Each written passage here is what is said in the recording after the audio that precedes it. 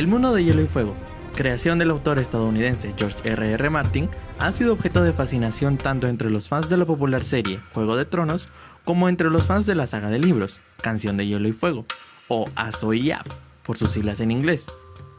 La octava y última temporada de la serie fue estrenada hace relativamente poco, luego de casi 2 años sin aparentes novedades, mientras que la saga, pues... Sin embargo, e independientemente de si eres fan de la serie, de los libros o de ambos, es imposible no decir que de vez en cuando uno se pierde. Orientarse a través del mundo de Hielo y Fuego puede llegar a ser algo difícil. Demasiados nombres, demasiados eventos, demasiadas boobies y demasiados lugares. Por lo que en este pequeño video voy a tratar de explicar rápidamente y sin ahondar en detalles innecesarios la historia del continente principal donde ocurre un 90% de toda la historia. Empecemos. El mundo de Hielo y Fuego, a veces también llamado el mundo conocido, está formado por 5 continentes principales: Westeros, Essos, Sothorios, Ulthos y las Islas del Verano. Pero de los 5, Westeros es el más relevante y donde, tanto la serie como yo, nos vamos a enfocar más.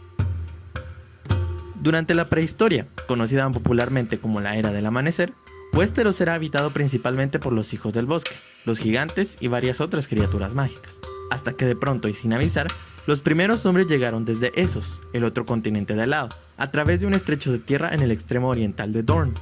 Viendo la amenaza que los primeros hombres podían representar para su gente, los Hijos del Bosque decidieron usar la magia arcana de un artefacto llamado el Martillo de las Aguas, para inundar el estrecho y cortar el camino entre Westeros y Essos. Sin embargo, ya era demasiado tarde, pues habían cruzado el estrecho cerca de 8.000 primeros hombres, y como es natural entre dos razas de orígenes diferentes, entraron en conflicto casi de inmediato. Round 1. Fight! Finalmente, y luego de muchos años en guerra, o básicamente luego de ser masacrados de día y de noche, los Hijos del Bosque decidieron proponer una tregua con los primeros hombres. Junto con la tregua, los primeros hombres también adoptarían de buena gana la religión de los Hijos del Bosque, y la Era del Amanecer termina para dar inicio a la Era de los Héroes. Las cosas parecieron marchar sobre ruedas durante varios miles de años, hasta que de pronto, ¡boom!, es invierno. Y a pesar de que ahí las estaciones duran entre 4 y 9 años, aquel invierno en particular, se cuenta, fue el más largo y el más duro en toda la historia registrada. Tan largo, se dice, que durante una generación entera el sol ni siquiera salió por el horizonte. Este evento se conoce como la Larga Noche, y junto con el frío, el invierno trajo consigo monstruosos zombies de hielo decididos a invadir Westeros y asesinar a cada hombre, mujer y niño que se topara con ellos.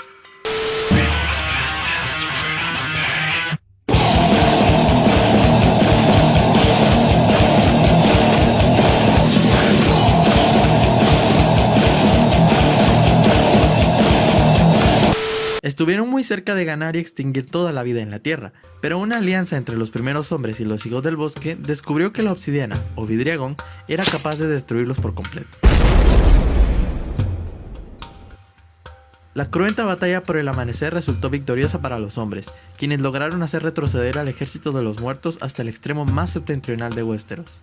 Luego de eso, se construyó un gigantesco muro de hielo y piedra, que luego sería custodiado por una hermandad de gente que no tenía nada mejor que hacer: la Guardia de la Noche, protegiendo así a la humanidad de todos aquellos monstruos y cosas horribles que se hallasen reptando más allá del muro, en las tierras del eterno invierno. Lamentablemente, los problemas no se habían terminado para los primeros hombres y los Hijos del Bosque.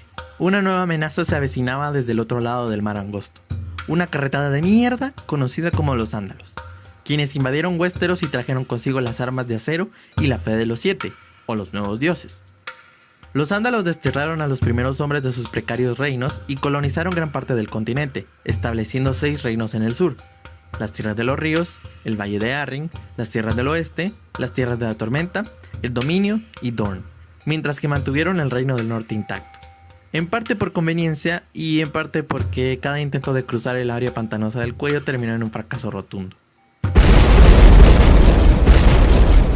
Con los 7 reinos finalmente consolidados, los primeros hombres, los Ándalos y los Rhoynar, que se habían colado en Dorne sin hacer mucho escándalo, tuvieron unos cuantos miles de años de aparente paz. Sin embargo, desde las mágicas tierras de Valyria, antes de que explotara por supuesto, la casa Targaryen se había fugado para finalmente asentarse en la isla de Dragonstone. Pero de todos los Targaryen que lograron escapar de la maldición, Aegon el Conquistador es quizás el más importante de todos. And evil takes a human form in Regina George. Don't be fooled, because she may seem like your typical selfish, backstabbing, slut-faced hoe bag, but in reality, she is so much more than that. She's the queen bee, the star. Those other two are just her little workers. Regina George. How do I even begin to explain Regina George? Regina George is flawless. She has 2 Fendi purses and a silver Lexus. I hear her hair is insured for $10,000. I hear she does car commercials in Japan. Her favorite movie is Varsity Blues. One time she met John Stamos on a plane and he told her she was pretty. One time she punched me in the face. It was awesome. En el año 0 de la historia oficial de Westeros, Aegon Motherfucking Targaryen, junto a sus 2 hermanas esposas, Visenya y Rhaenys Targaryen, y a lomos de sus dragones Valerion, Vhagar y Meraxes, llegaron a la costa oriental de Westeros con la intención de unificar los 7 reinos de una vez por todas.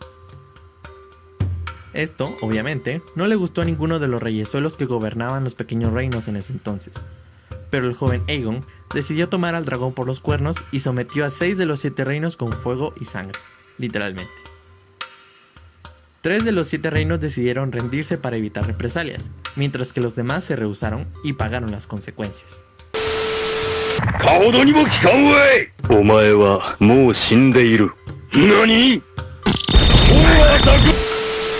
Luego de haberse proclamado Lord de los 7 reinos, aunque en realidad todavía no lo era, y después de haber fundido las espadas de todos sus enemigos con el fuego de su dragón, lo sé, super random, Aegon, el primero de su nombre, creó la silla más incómoda de todos los 7 reinos, el trono de hierro. El único reino que pudo poner resistencia ante Aegon y sus hermanas fue Dorne, asesinando al dragón Meraxes al atravesar su cabeza con una lanza y provocando la caída y posterior muerte de su jinete, Rhaenys Targaryen. Pero con Dorne o sin él, Aegon el Conquistador ya había iniciado la dinastía más larga en la historia de Westeros. Luego de él hubo un larguísimo linaje consistente en 16 reyes Targaryen, algunos buenos y otros, muchos otros malos, hasta llegar al último de la dinastía, Aerys II Targaryen, el rey loco. Durante el principio de su reinado, Westeros estuvo en un apogeo tanto social como económico. Sin embargo, poco a poco la salud mental de Aerys empezó a decaer. En el año 281 después de la conquista de Aegon, se celebró un torneo de justas en el castillo de Harrenhal para poder celebrar la aparente llegada de la primavera. En dicho torneo, emergió como vencedor el hijo mayor y heredero del trono, el príncipe Rhaegar Mojabragas Targaryen. Es un papucho. Su cara parece tallada por los mismos ángeles. Luego de haber conseguido la victoria, se le permitió elegir a una mujer entre el público para nombrar la reina del amor y la belleza, algo así como la prom queen de alguna secundaria culera gringa. No obstante, y para la sorpresa de todos en el público, Rhaegar decide ignorar a su esposa y madre de sus hijos, Elia Martell de Dorne, y en cambio le entrega la corona a Lyanna de la casa Stark. Tiempo después, al año siguiente, tanto Rhaegar como Lyanna desaparecen misteriosamente, y la gente comienza a sospechar, más temprano que tarde, que el príncipe la secuestró. Indignado por lo sucedido, Brandon Stark, heredero de Winterfell, abandonó el norte y fue en busca de su hermana Lyanna. Desgraciadamente, el rey Aerys Targaryen lo aprisionó, a lo cual Rickard Stark, su padre, fue a rescatarlo, para después ser detenido por Aerys también. Luego de unas cuantas deliberaciones, Aerys condenó a muerte tanto al padre como al hijo. Mientras tanto, en el valle, Jon Arryn tenía de pupilos a Eddard Stark y Robert Baratheon. El rey Aerys pronto le mandó una carta, ordenándole que le entregara las cabezas de ambos pupilos, pues estos eran obviamente traidores a la corona, a lo que Lord Arryn se negó. Junto a Ned Stark y Robert Baratheon, quienes para ese entonces se habían vuelto básicamente BFFs, Arryn comenzó a organizar una rebelión contra la casa Targaryen. Las noticias se extendieron a lo largo y ancho de Westeros y pronto, cada uno de los 7 reinos ya había elegido un bando, a excepción de los Lannister, que permanecieron neutrales. Rhaegar reapareció de la nada, tal parece, y reunió un ejército enorme para intentar detener las fuerzas de Robert Baratheon. Intento que resultó en un fuertísimo mazazo por parte de Robert que le terminó destrozando todo el pecho. Al enterarse sobre la muerte del príncipe, las fuerzas de Tywin Lannister tomaron curso hacia King's Landing, con la aparente excusa de que defenderían la ciudad. Obviamente, esto fue un vil engaño, y una vez Aerys los dejó entrar, las tropas de Tywin arrasaron con el pueblo. Durante el saqueo de la Fortaleza Roja, la esposa de Aerys, Rhaela Targaryen, escapó a Dragonstone junto con su hijo menor Viserys y embarazada de la futura madre de dragones, Daenerys Targaryen. Aerys, consciente de su derrota, hizo claras sus intenciones de quemar la ciudad con frascos llenos de fuego valirio escondidos en túneles subterráneos bajo la ciudad.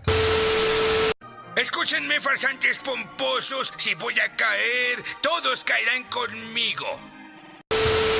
Antes de que pudiera dar la orden, sin embargo, Ser Jaime de la casa Lannister acabó apuñalándolo por la espalda, lo que le otorgó el nefasto título de Matarreyes. La dinastía Targaryen finalmente había concluido, luego de haber estado cerca de 283 años al poder, por lo que Robert de la casa Baratheon, el primero de su nombre, reclamó el trono de hierro para sí mismo. Bueno, creo que eso es todo. ¡Ah, sí! Resulta que hubo una pequeña rebelión en las Islas de Hierro unos años después, pero es tan insignificante que ni siquiera vale la pena mencionarla. Y así, con Ned Stark en el norte, Robert Baratheon en el trono de hierro y los niños Targaryen al otro lado del mar angosto, la mano del rey, el anciano Jon Arryn, se daría cuenta de algo peculiar en los descendientes del rey Robert, algo que acabaría por desencadenar el Juego de Tronos.